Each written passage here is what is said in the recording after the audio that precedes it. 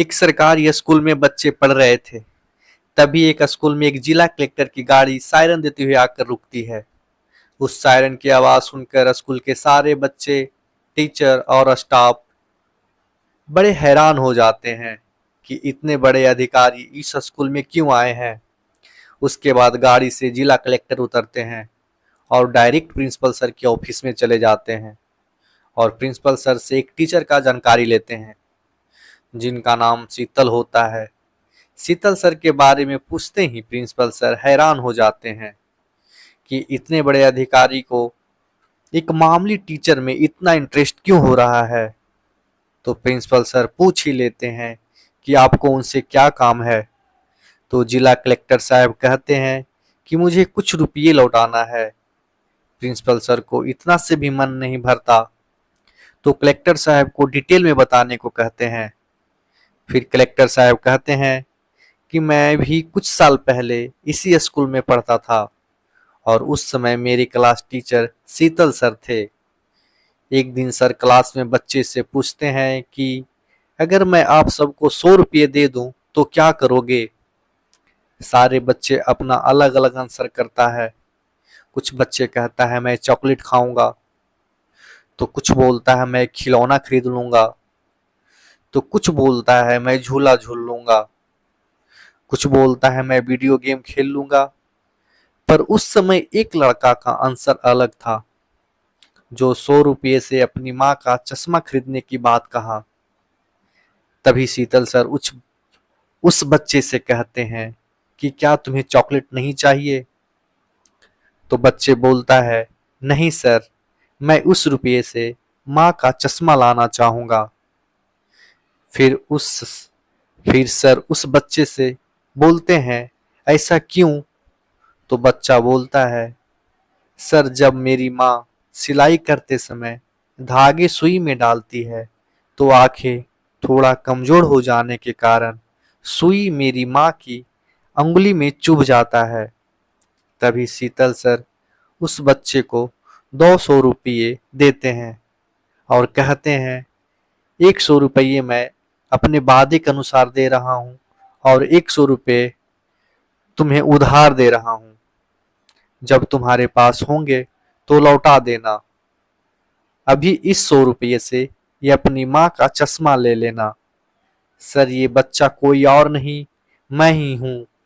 ये सब सुनते ही प्रिंसिपल सर की आंखें नम हो जाती है।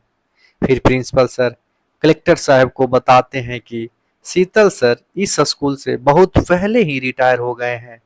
मैं आपको शीतल सर का पता देता हूँ। फिर कलेक्टर साहब उस पता पे जाकर दरवाजे को पीटते हैं और उस दरवाजे से एक आदमी निकलता है और बोलता है कि यहाँ कोई शीतल सर नहीं रहते। फिर कलेक्टर साहब शीतल सर को कुछ रुपये देने की बात कहते हैं।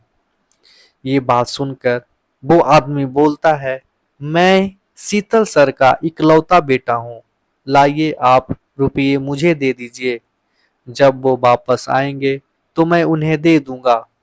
कलेक्टर साहब को सख्ती से पूछने पर वो आदमी शीतल सर का सही पता बताते हुए कहता है कि मैं उनका बेटा हूँ और मैं उन्हें एक वृद्ध आश्रम में छोड़ आया हूँ।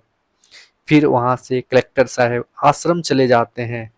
फिर आश्रम कर्ता से पूछकर शीतल सर का रूम जाते हैं तो देखते हैं कि शीतल सर बीमार और बहुत कमजोर हो चुके हैं। कलेक्टर साहब को देखते ही शीतल सर बोलते हैं तुम कौन हो बेटा और तुम्हें हमसे क्या काम है। फिर कलेक्टर साहब बोलते हैं कि मैं वही लड़का हूँ जिसे आपने 100 रुपये उधार दिया था। दिमाग पे बहुत जोर देने के बाद शीतल सर उस लड़का को पहचान लेते हैं और बोलते हैं तुम अरविंद हो क्या। शीतल सर उस लड़के के पूछते हैं कि कैसे हो और अब क्या करते हो। फिर कलेक्टर साहब बताते हैं सर, आपने मुझे बहुत मदद किया था, आपसे जो बना वो आपने मेरे लिए किया। आपने मेरे लिए स्कूल में बुक अरेंज किया करते थे, आपने मेरे जूते भी लेकर दिया था। फिर मैं आपके बताए रास्तों को ध्यान में रखकर खूब मेहनत किया। अब मैं जिला कलेक्टर बन गया हूँ। फिर कलेक्टर साहब शीतल सर को अपने घर लेकर चला जाता है, जहाँ कलेक्टर का 2 बच्चे, पत्नी और साथ ही साथ कलेक्टर की माँ शीतल सर का इंतजार कर रहे होते हैं। फिर शीतल सर उस घर में आराम से रहने लगते हैं। शीतल सर का असली बेटा एक कर्मचारी होता है। एक बार उस पे किसी से पैसे घुस लेने का आरोप लगता है और जेल जाने वाला होता है। तभी शीतल के बेटे को अपने पिता से मिलने आता है। कलेक्टर साहब के घर आते ही गेट पे रहने वाला सिक्योरिटी बोलता है, तुम्हें किससे मिलना है? तो वह शीतल सर का बेटा बताता है। फिर गार्ड शीतल सर को आकर बताता है कि आपका बेटा गेट पे इंतजार कर रहा है। उसी वक्त शीतल सर गार्ड को यह कहकर वापस गेट पर भेज देते हैं कि मेरा कोई बेटा नहीं है। फिर गार्ड उस आदमी को वहां से चले जाने को कहता है। फिर यह सुनकर शीतल सर का बेटा पिताजी पिताजी कहकर चिल्लाने लगता है। तभी शीतल सर गेट पे आकर बोलते हैं कि कोई मेरा बेटा नहीं है, मेरा बेटा उसी दिन मर गया था जिस दिन मुझे अपने ही घर से बेदखल कर दिया था। बस अब रियल में मेरा कोई बेटा है तो वह है कलेक्टर, जिसने मुझे वृद्ध आश्रम से लाकर अपने पास रखा है। फिर उस आदमी को कलेक्टर साहब भी मदद नहीं कर पाते हैं, क्योंकि वो सच में गलत काम किया होता है और वो आदमी गिरफ्तार हो जाता है और जेल चला जाता है। फ्रेंड्स, अगर आपको मेरी कहानी थोड़ी सी भी अच्छी लगी हो तो मेरे चैनल को सब्सक्राइब कर दें, लाइक कर दें और अपने दोस्तों के पास शेयर कर दें। So thank you friends.